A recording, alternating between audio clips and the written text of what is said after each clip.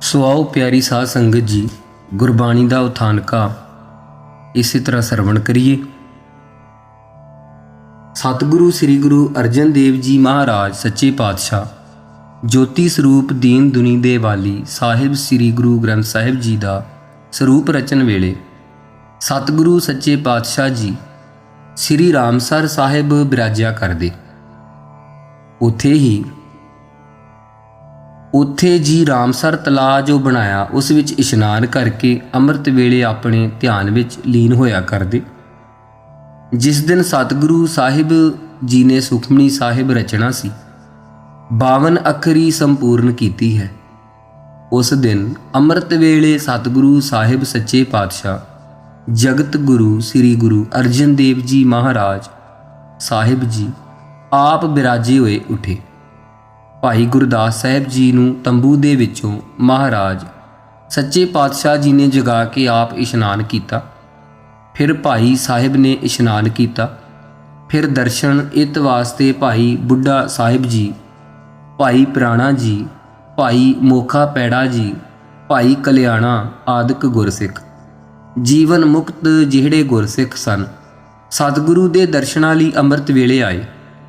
ਮਹਾਰਾਜ ਸਾਹਿਬ ਜੀ ਨੇ ਇਸ਼ਨਾਨ ਕਰਕੇ ਸੁੱਚੇ ਬਸਤਰ ਪਹਿਨ ਕਰਕੇ ਸੱਚੇ ਪਾਤਸ਼ਾਹ ਜੀ ਪੂਰਬ ਦੀ ਤਰਫ, ਪੂਰਬ ਦੇ ਪਹਾੜ ਸਨ ਜੋ ਬੇਰ ਸਾਹਿਬ ਹੈ, ਰਾਮਸਰ ਸਾਹਿਬ ਸਰੋਵਰ ਦੇ ਉਤਲੇ ਪਾਸੇ ਉਸ ਬੇਰ ਸਾਹਿਬ ਦੇ ਹੇਠਾਂ ਗੁਰੂ ਮਹਾਰਾਜ ਸਾਹਿਬ ਸਮਾਧ ਲਾ ਕੇ ਬੈਠ ਗਏ।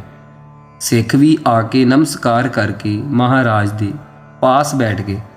ਜਦੋਂ ਸਤਿਗੁਰੂ ਮਹਾਰਾਜ ਸਾਹਿਬ ਜੀ ਨੇ ਸਮਾਧ ਖੋਲ੍ਹੀ, ਨੇਤਰ ਖੋਲ੍ਹੇ, ਉਸ ਵਕਤ ਭਾਈ ਬਾਬਾ ਬੁੱਢਾ ਸਾਹਿਬ ਜੀ ਨੇ ਮਹਾਰਾਜ ਦੇ ਚਰਨਾਂ ਉੱਤੇ ਨਮਸਕਾਰ ਕੀਤੀ।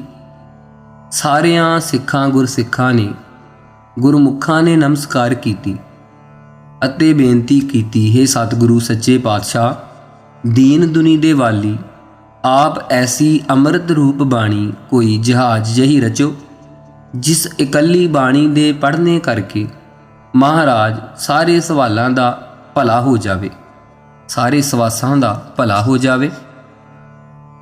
ਇਹ ਸਿੱਖਾਂ ਦੀ ਬੇਨਤੀ ਨੂੰ ਸੁਣ ਕੇ ਕਿ ਮਹਾਰਾਜ ਕਲਯੁਗ ਦਾ ਬਹੁਤ ਭਿਆਨਕ ਸਮਾਂ ਹੈ। ਜਿਵੇਂ ਕ੍ਰਿਸ਼ਨ ਭਗਵਾਨ ਨੇ ਗੀਤਾ ਦੇ ਵਿੱਚ ਅਰਜਨ ਨੂੰ ਉਪਦੇਸ਼ ਬਖਸ਼ਿਆ ਹੈ, ਬਿਆਸ ਰਿਸ਼ੀ ਨੇ ਉਸ ਦੇ ਤਾਈਂ ਰਚਨਾ ਕੀਤਾ ਹੈ। ਉਸ ਦੇ 18 ਅਧਿਆਏ ਹਨ। ਇਸ ਪ੍ਰਕਾਰ ਦੇ ਗਿਆਨ ਦੇ ਪ੍ਰਕਰਣ ਵੀ ਹੋਣ ਸੱਚੇ ਪਾਤਸ਼ਾਹ ਜੀ ਅਤੇ ਉਸ ਵਿੱਚ ਭਾਉ ਭਗਤੀ ਵੀ, ਪ੍ਰੇਮ ਵੀ, ਸੰਸਾਰ ਦਾ ਉਧਾਰ ਕਰਨ ਵਾਸਤੇ ਆਪ ਮਹਾਰਾਜ ਜੀ ਜਹਾਜ਼ ਰੂਪ ਬਾਣੀ ਸੱਚੇ ਪਾਤਸ਼ਾਹ ਉਚਾਰਨ ਕਰੋ, ਜਿਸ ਇੱਕੇ ਬਾਣੀ ਦੇ ਪੜ੍ਹਨੇ ਕਰਕੇ ਸਾਰੇ ਸਵਾਸ ਸਫਲੇ ਹੋਇਆ ਕਰਨ। ਸੁਣ ਕੇ ਗੁਰੂ ਮਹਾਰਾਜ ਸਾਹਿਬ ਨੇ ਸਿੱਖਾਂ ਦੀ ਬੇਨਤੀ ਨੂੰ ਭਾਈ ਬੁੱਢਾ ਸਾਹਿਬ, ਭਾਈ ਗੁਰਦਾਸ ਸਾਹਿਬ ਆਦਿਕ ਬੈਠੇ ਹਨ ਪਾਸ ਹਜ਼ੂਰ ਨੇ ਕਿਹਾ, ਭਾਈ ਕਲਯੁਗ ਦਾ ਬੜਾ ਭਾਰੀ ਭਿਆਨਕ ਸਮਾਂ ਹੈ। ਇਸ ਸਮੇਂ ਵਿੱਚ ਸਾਰਿਆਂ ਦੀ ਕਲਿਆਣ ਜਿਸ ਕਰਕੇ ਹੋ ਸਕੇ, ਐਸੀ ਥੋੜੀ ਇਸ ਪ੍ਰਾਰਥਨਾ ਨੂੰ ਮੰਨ ਕਰਕੇ ਐਸੀ ਅੰਮ੍ਰਿਤ ਰੂਪ ਬਾਣੀ ਉਚਾਰਦੇ ਹਾਂ, ਤੁਸੀਂ ਸਰਵਣ ਕਰੋ। ਉਸ ਸਮੇਂ ਸਾਰੇ ਸਿੱਖ ਭਾਈ ਸਾਹਿਬ, ਬਾਬਾ ਬੁੱਢਾ ਸਾਹਿਬ ਆਦਿਕ ਮੁਖੀ ਬੈਠੇ ਹਨ। ਸ੍ਰੀ ਗੁਰੂ ਅਰਜਨ ਦੇਵ ਮਹਾਰਾਜ ਨੇ ਅੰਮ੍ਰਿਤ ਰੂਪ ਬਾਣੀ ਉਚਾਰਨ ਕੀਤੀ। ਇਸ ਦੀ ਬਾਬਤ ਗਿਆਨੀ ਗਿਆਨ ਸਿੰਘ ਜੀ ਨੇ ਕੁਝ ਕੁ ਹੋਰ ਸ਼ਬਦ ਵਰਤੇ ਹਨ, ਜਿਨ੍ਹਾਂ ਵਿੱਚ ਇਉਂ ਕਿਹਾ ਹੈ ਕਿ 16 ਅਸ਼ਟਪਦੀਆਂ ਕਰਕੇ ਮਹਾਰਾਜ ਬਾਰਠ ਨਗਰ ਵਿੱਚ ਗਏ ਸਨ। ਬਾਰਠ ਨਗਰ ਵਿੱਚ ਜਾ ਕੇ ਸ੍ਰੀ ਚੰਦ ਜੀ ਦੇ ਦਰਸ਼ਨ ਕੀਤੇ ਸਨ। ਬਾਬਾ ਸ੍ਰੀ ਚੰਦ ਜੀ ਨੂੰ ਕਿਹਾ ਕਿ ਤੁਸੀਂ ਬਾਣੀ ਸੁਣਾਓ। ਬਾਬੇ ਸ੍ਰੀ ਚੰਦ ਨੇ ਕਿਹਾ ਕਿ ਸਾਨੂੰ ਤਾਂ ਹੁਕਮ ਨਹੀਂ ਬਾਣੀ ਦਾ, ਜਿਹੜੇ ਗੱਦੀ ਦੇ ਉੱਤੇ ਬੈਠਣ ਵਾਲੇ ਆ ਉਹ ਬਾਣੀ ਉਚਾਰਨ ਕਰ ਸਕਦੇ ਆ। ਆਪ ਉਹਨਾਂ ਦਾ ਸਰੂਪ ਹੋ, ਆਪ ਦੇ ਮੁਖੋਂ ਹੀ ਸੱਜਦੀ ਹੈ। ਸਤਿਗੁਰਾਂ ਦੇ ਬਹੁਤਾ ਕਹਿਣ ਤੇ ਉਹ ਕਹਿੰਦੇ, ਸ੍ਰੀ ਚੰਦ ਜੀ ਨੇ ਇੱਕ ਸ਼ਲੋਕ ਜੋ ਪਹਿਲੇ ਪਾਤਸ਼ਾਹ ਜੀ ਦਾ ਹੈ, ਆਦ ਸੱਚ ਜੁਗਾਦ ਸੱਚ ਹੈ ਭੇ ਸੱਚ, ਨਾਨਕ ਹੋਸੀ ਭੇ ਸੱਚ, ਇਸ ਨੂੰ ਸਿਹਾਰੀਆਂ ਦੇ ਨਾਲ ਉਚਾਰਨ ਕੀਤਾ ਹੈ। ਗੁਰੂ ਮਹਾਰਾਜ ਸਾਹਿਬ ਨੇ ਸਤਕਾਰ ਕਰਕੇ ਉਸ ਲੋਕ ਵਿੱਚ ਚੜਾਇਆ ਹੈ ਤੇ ਅਗਲੀਆਂ ਅਸ਼ਟਪਦੀਆਂ ਮਹਾਰਾਜ ਨੇ ਉਚਾਰੀਆਂ। ਇਹ ਗਿਆਨੀ ਗਿਆਨ ਸਿੰਘ ਨੇ ਲਿਖਿਆ ਹੈ। ਪਰ ਗੁਰ ਪ੍ਰਤਾਪ ਗ੍ਰੰਥ ਦੇ ਅੰਦਰ ਤਾਂ ਇਸ ਪ੍ਰਕਾਰ ਜ਼ਿਕਰ ਆਉਂਦਾ ਹੈ ਕਿ ਗੁਰੂ ਮਹਾਰਾਜ ਨੇ ਉੱਥੇ ਬੇਰ ਸਾਹਿਬ ਹੇਠਾਂ ਬੈਠਿਆਂ ਹੀ ਸਾਰੀਆਂ 24 ਅਸ਼ਟਪਦੀਆਂ ਉਚਾਰਨ ਕੀਤੀਆਂ। ਇੱਥੇ ਹੀ ਮਹਾਰਾਜ ਸਾਹਿਬ ਜੀ ਨੇ ਸਾਰੀ ਸਮੱਗਰ ਬਾਣੀ ਦਾ ਭੋਗ ਪਾਇਆ ਅਤੇ ਉਥਾਨਕਾ ਵਾਲੇ ਕਹਿੰਦੇ ਹਨ ਕਿ ਬਾਬਾ ਸ੍ਰੀ ਚੰਦ ਜੀ ਗੁਰੂ ਸਾਹਿਬ ਦੇ ਦਰਸ਼ਨ ਕਰਨ ਸ੍ਰੀ ਅੰਮ੍ਰਿਤਸਰ ਹੀ ਆਏ ਸਨ। ਅੰਮ੍ਰਿਤਸਰ ਸਾਹਿਬ ਮਹਾਰਾਜ ਉਦੋਂ 16 ਅਸ਼ਟਪਦੀਆਂ ਉਚਾਰ ਚੁੱਕੇ ਸਨ। ਸਤਿਕਾਰ ਵਾਸਤੇ ਬਾਬਾ ਜੀ ਨੂੰ ਕਿਹਾ। ਸਤਿਗੁਰੂ ਜੀ ਨੇ ਕਿ ਬਾਬਾ ਜੀ ਤੁਸੀਂ ਵੀ ਕੋਈ ਸ਼ਬਦ ਉਚਾਰਨ ਕਰੋ। ਇਹ ਕਹਿਣ ਲੱਗੇ, ਮਹਾਰਾਜ ਆਪ ਗੱਦੀ ਦੇ ਮਾਲਕ ਹੋ, ਗੁਰੂ ਨਾਨਕ ਦਾ ਰੂਪ ਹੋ, ਇਹ ਤੁਹਾਨੂੰ ਹੀ ਫੱਬਦੀ ਹੈ। ਇਹ ਬਾਣੀ ਤਾਂ ਉਸ ਵੇਲੇ ਮਹਾਰਾਜ ਦੇ ਕਹਿਣ ਤੇ, ਅੱਛਾ ਮਹਾਰਾਜ ਮੈਂ ਸਤਿਗੁਰ ਨਾਨਕ ਦੇਵ ਜੀ ਦਾ ਸਲੋਕ ਹੀ ਆਪ ਜੀ ਅੱਗੇ ਭੇਟ ਕਰ ਦਿੰਦਾ ਹਾਂ। ਸ੍ਰੀ ਚੰਦ ਨੇ ਸਤਿਗੁਰਾਂ ਦੇ ਸਤਿਕਾਰ ਕਰਕੇ ਕਿਹਾ।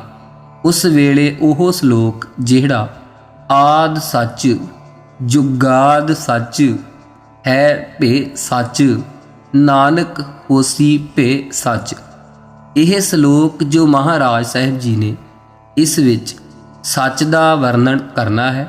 17ਵੀਂ ਅਸ਼ਟਪਦੀ ਵਿੱਚ ਮਹਾਰਾਜ ਨੇ ਜੋ ਬਾਬਾ ਸ੍ਰੀ ਚੰਦ ਨੇ ਗੁਰੂ ਨਾਨਕ ਸਾਹਿਬ ਦਾ ਸਲੋਕ ਸੁਣਾਇਆ ਸੀ, ਉਸ ਨੂੰ 17ਵੀਂ ਅਸ਼ਟਪਦੀ ਵਿੱਚ ਸਿਹਾਰੀ ਦੇ ਨਾਲ ਪਦ ਦੇ ਕੇ ਦੂਜੀ ਵਾਰ ਪਾਠ ਕਰਕੇ ਮਹਾਰਾਜ ਨੇ ਇੱਥੇ ਰੱਖ ਲਿਆ ਹੈ। ਇਹ ਉਥਾਨਕਾ ਸੰਪਰਦਾਵਾਂ ਵਾਲੇ ਇਸ ਦੀ ਕਰਦੇ ਹਨ ਅਤੇ ਇੱਕ ਸਾਧ ਵੇਲੇ ਦੇ ਹਰਨਾਮ ਦਾਸ ਨੇ ਸੁਖਮਨੀ ਸਾਹਿਬ ਛਾਪਿਆ ਸੀ। ਉਸ ਨੇ ਬਹੁਤ ਸਾਰੇ ਲਫ਼ਜ਼ ਸਤਿਗੁਰਾਂ ਦੇ ਅਦਬ ਦੇ ਉਲਟ ਲਿਖੇ ਸਨ। ਉਸ ਨੇ ਲਿਖਿਆ, ਜਦੋਂ ਗੁਰੂ ਅੰਗਦ ਸਾਹਿਬ ਦੇ ਗੁਰੂ ਨਾਨਕ ਸਾਹਿਬ ਨੇ ਪੈਰੀ ਪੈਣ ਨੂੰ ਕਿਹਾ ਸੀ ਸ੍ਰੀ ਚੰਦ ਜੀ ਨੂੰ, ਸ੍ਰੀ ਚੰਦ ਜੀ ਨੇ ਮਾਣ ਨਾਲ ਕਿਹਾ ਕਿ ਇਹੋ ਜਿਹੇ ਲਫ਼ਜ਼ ਮੇਰੇ ਮੂੰਹੋਂ ਨਿਕਲਣ। ਸਤਿਗੁਰਾਂ ਨੂੰ ਕਰਾੜ ਸ਼ਬਦ ਤੇ ਕੋਹੜੀ ਸ਼ਬਦ ਵਰਤਿਆ। ਕਹਿੰਦੇ ਇਹਨਾਂ ਦੇ ਪੈਰੀ ਮੈਂ ਨਹੀਂ ਪੈਣਾ। ਉਹ ਫਿਰ 5ਵੇਂ ਪਾਤਸ਼ਾਹ ਤੱਕ ਰਿਹਾ। 5ਵੇਂ ਪਾਤਸ਼ਾਹ ਫਿਰ ਸ੍ਰੀ ਚੰਦ ਦੇ ਦਰਸ਼ਨ ਕਰਨ ਗਏ ਕਿ ਸ੍ਰੀ ਚੰਦ ਅੱਗੇ ਬਾਣੀ ਨਾ ਗੁਰੂ ਸਾਹਿਬ ਨੂੰ ਫੁਰੇ। ਅੱਗੋਂ ਸ੍ਰੀ ਚੰਦ ਨੇ ਕਿਹਾ ਕਿ ਗੁਰੂ ਨਾਨਕ ਸਾਹਿਬ ਦਾ ਨਾਮ ਰੱਖੋ ਤਾਂ ਬਾਣੀ ਫੁਰੂਗੀ।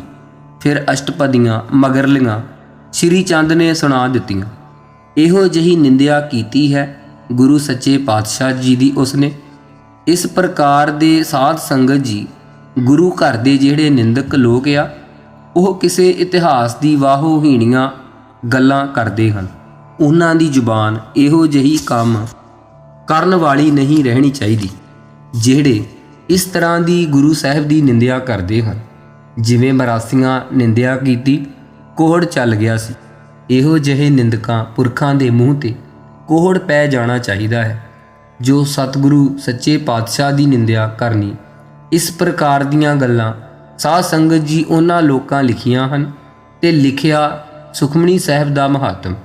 ਇਹ ਮਹਾਤਮ ਲਿਖਿਆ ਉਹਨਾਂ ਇਸ ਪ੍ਰਕਾਰ ਦੀ ਨਿੰਦਿਆ ਕੀਤੀ ਹੈ।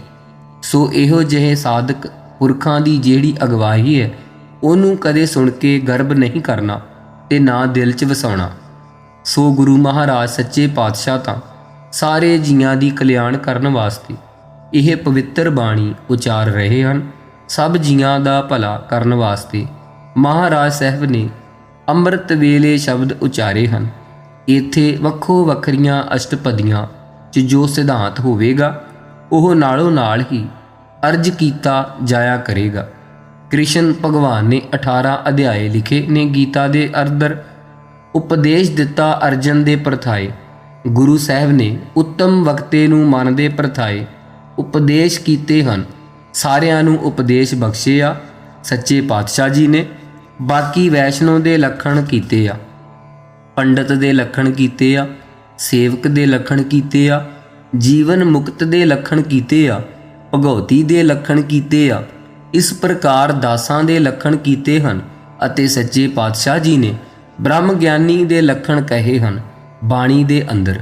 ਇਸ ਪ੍ਰਕਾਰ ਲੱਖਣ ਵੀ ਕਹੇ ਹਨ, ਪਰ ਗੁਰੂ ਸਾਹਿਬ ਨੇ ਪਰਮ ਪਵਿੱਤਰ ਉਪਦੇਸ਼ ਮਨ ਦੁਆਰਾ ਸਭਨਾਂ ਦੇ ਤਾਈਂ ਬਖਸ਼ਿਆ ਮਹਾਰਾਜ ਸੱਚੇ ਪਾਤਸ਼ਾਹ ਜੀ ਨੇ, ਕਿਉਂਕਿ ਮਨ ਸਾਰਿਆਂ ਦਾ ਅਧਿਕਾਰੀ ਬਣ ਕੇ ਇਹਨੂੰ ਗ੍ਰਹਿਣ ਕਰ ਸਕੇ। ਇਉਂ ਨਾ ਹੋਵੇ ਕਿ ਵਸ਼ਿਸ਼ਟ ਮੁਨੀ ਹੁਣ ਸ੍ਰੀ ਰਾਮਚੰਦਰ ਨੂੰ ਕਹਿੰਦਾ, ਰਾਮ ਜੀ ਸੁਣਨ, ਇਹ ਰਾਮ, ਇਹ ਅਰਜਨ, ਇਹ ਗੱਲ ਨਾ ਰਵੇ ਸਾਰਿਆਂ ਦੇ ਮਨ ਇੱਕ ਹੈ, ਮਨ ਸੁਣ ਕਰਕੇ ਨਿਹਾਲ ਹੋ ਸਕਣ। ਇਉਂ ਉੱਤਮ ਵਕਤਾ ਸਤਿਗੁਰੂ ਜੀ ਦੇ ਮਨ ਪਰਥਾਏ ਇਹ ਅੰਮ੍ਰਿਤ ਰੂਪ ਬਾਣੀ ਉਚਾਰਨ ਕੀਤੀ ਹੈ। ਇਸ ਵਿੱਚ ਮਹਾਰਾਜ ਸਾਹਿਬ ਜੀ ਨੇ 24 ਪ੍ਰਕਰਣ ਉਚਾਰਨ ਕੀਤੇ ਹਨ, ਜਿਨ੍ਹਾਂ ਪ੍ਰਕਰਣਾਂ ਦਾ ਵੱਖੋ ਵੱਖਰਾ ਸਿਧਾਂਤ ਹੋਵੇਗਾ। ਸੋ ਇਸ ਪ੍ਰਕਾਰ ਸਾਰੇ ਜੀਆਂ ਦੀ ਕਲਿਆਣ ਕਰਨ ਵਾਸਤੇ ਮਹਾਰਾਜ ਬਾਣੀ ਆਰੰਭ ਕਰਦੇ ਹਨ।